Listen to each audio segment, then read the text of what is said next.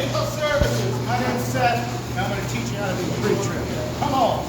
All right. So, what we want to do, we're going to do section A for the pre-trip, all right? This is how we start out all our pre-trips here at CDL services. Stop grinding your gears. Okay, so action. Okay, so we start out each individual pre-trip with the 3 L's. The leaking, the leaning, the lights. So ask yourself, why would it be leaking? It would be leaking because there might be a puncture in the engine. You could be leaking oil, okay, coolant, windshield washer fluid, power steering fluid, you name it, it could be on the ground. We're just looking for any leaks so it causes a problem down the road, okay? Leaking, leaning, okay? You could have a flat tire, problem with your suspension, you could have a bent frame. Then you go to your lights, okay? You want to come on over, you want to grab your lights. You want to make sure they're not cracked, you want to make sure they're not, they're the proper color, and they're securely mounted, okay? So you're going to be talking about all your lights. You're going to be talking about your clearance lights, your blinkers, your high beams, low beams, brake lights, 4-way flashers. Walk around the entire vehicle, make sure you do it properly. And we'll go through that in the school as well. But for section A, we're going to start after that under the engine, under the hood. Okay, pause it. Action. Okay, this is how you open the hood for this individual. This is a 2020, baby. Right here, pull it. Boom, that's it. So now we're going to go on over. Lift the hood. Typically you go in front, but I'm super strong. You do it right here. Okay? So after you lift the hood, you want to start out on the right side of the engine.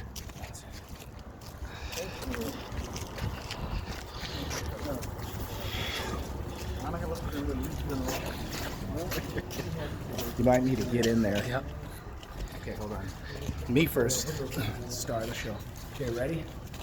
Are we recording? Yep. 2, 1. Go.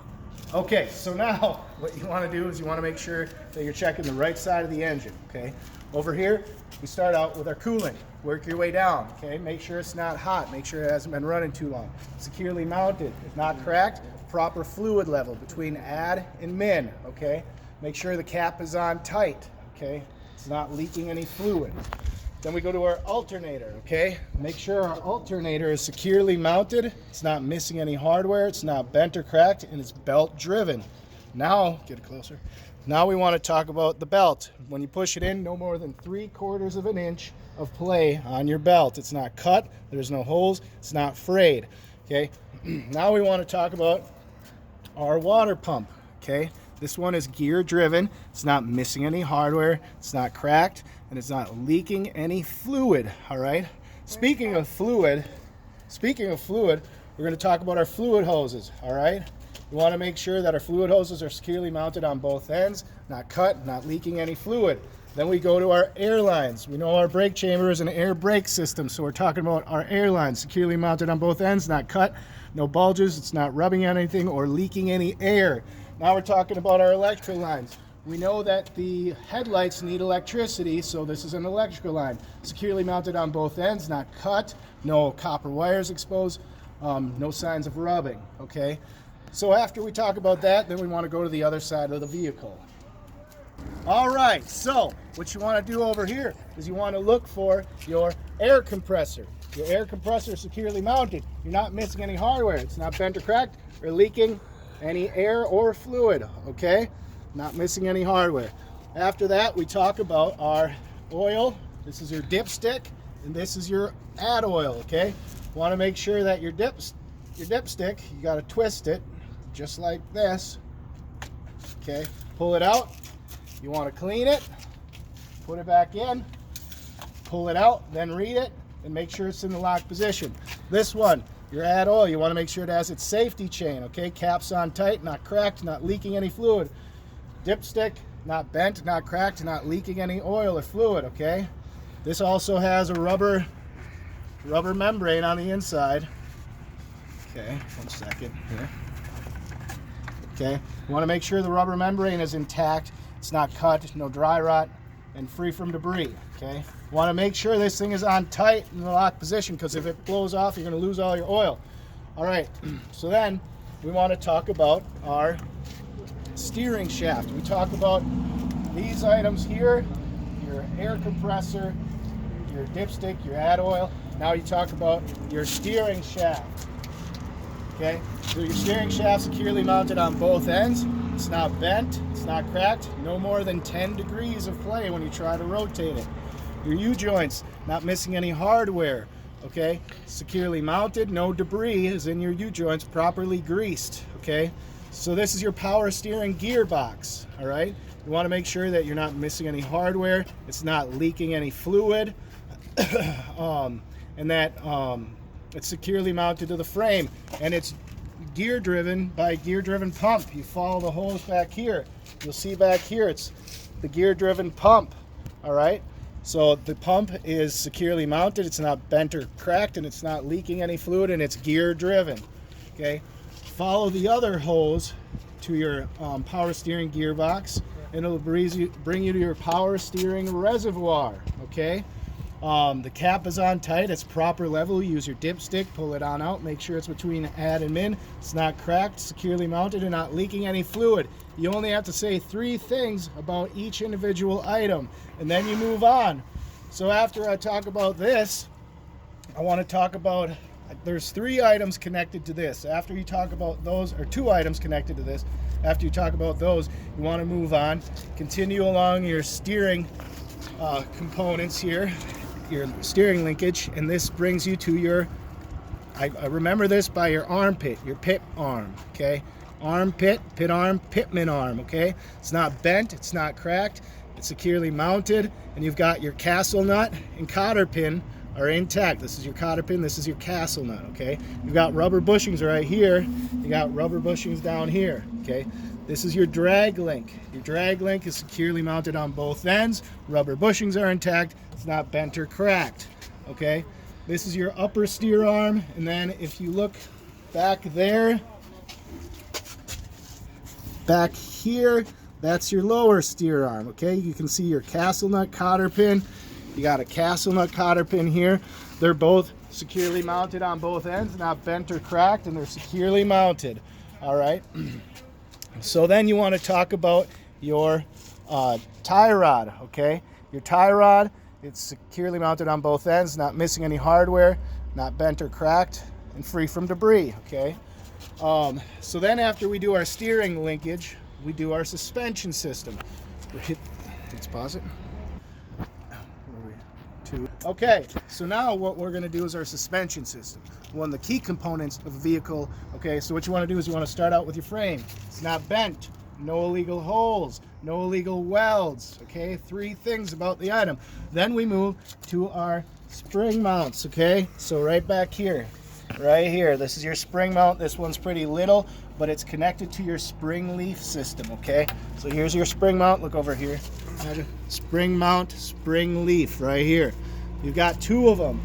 You want to make sure that you can see both of them, and they're both securely mounted to the frame, not missing any hardware, not bent or cracked. Now I'm looking at my spring leaf, okay? My spring leaf is no more than 25% damage, no scissoring, securely mounted on both ends. Then I want to bring it over to my shock absorber. I want to make sure my shock absorber isn't loose. The rubber bushings are intact. You can see the other side up here, but that's okay. And it's not leaking, okay? Securely mounted, rubber bushings, not missing any hardware. And you want to get your U-bolts right here. Okay, you have 2 U-bolts, none of them are missing. They're securely mounted, not missing any hardware, not bent or cracked. So after that, you did your steering system, you did your suspension system, okay? And now you're gonna do your brake system, all right? So go back to the air lines, all right? All of my air lines are securely mounted on both ends, no signs of rubbing, no bulges, not leaking any audible air, okay? Then I wanna talk about my brake chamber. Okay, my brake chamber is securely mounted, not missing any hardware, not bent or cracked. The C-clamp is intact, okay? Then you want to talk about your slack adjuster and your push rod right here and your slack adjuster. You want to pull on your slack adjuster. Okay, don't get your nice watch dirty. Okay, pull on your slack adjuster. There should be no more than 1 inch of play. Your cotter pins are intact. It's not bent or cracked, okay? And this is, so you talk about your push rod and slack adjuster, okay?